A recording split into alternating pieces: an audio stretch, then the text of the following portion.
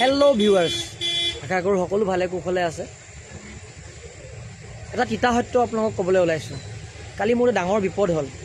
এনেকুৱা বিপদ কাৰো জীৱনত নাহক।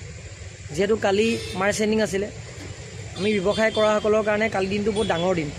যিহেতু এই মাৰ্চেণ্ডিং ক্লিয়াৰ কৰিলে, অৰ্থাৎ গোটেই বছৰটোত যি বাকী বোকা হৈছে, বাকী বোকাখিনি শেষ কৰিলে আমি আকৌ এপ্ৰিলৰ পৰা সুচাৰুৰূপে ব্যৱসায় কৰিব পাৰোঁ। তো মোক কেইটামান পইচা শ্বৰ্ট পৰিলে। শ্বৰ্ট পৰোঁতে মোৰ কেইজনমান আপোন মানুহক মই বিচাৰিলোঁ। কিছুমানে ফোন ৰিচিভ নকৰিলে, কিছুমানে মেছেজ চিন নকৰিলে। তাৰ মাজতে কোনোবা দুই এজন আকৌ ফাৰিষ্টা হৈ মেলি মোক বিপদত সহায় কৰিবলৈ ওলাই আহিলে। তো সেইকাৰণে মানে মই প্ৰথমতে কৈছোঁ যে এনেকুৱা বেয়া দিন কাৰো জীৱনত নাহক।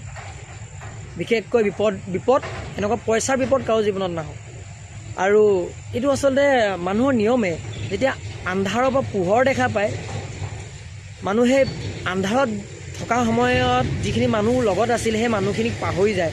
কিজানি কিবা সহায় কৰিব লাগে বুলিয়ে সেই মানুহখিনিক ইগন'ৰ কৰে, আঁতৰি থাকে।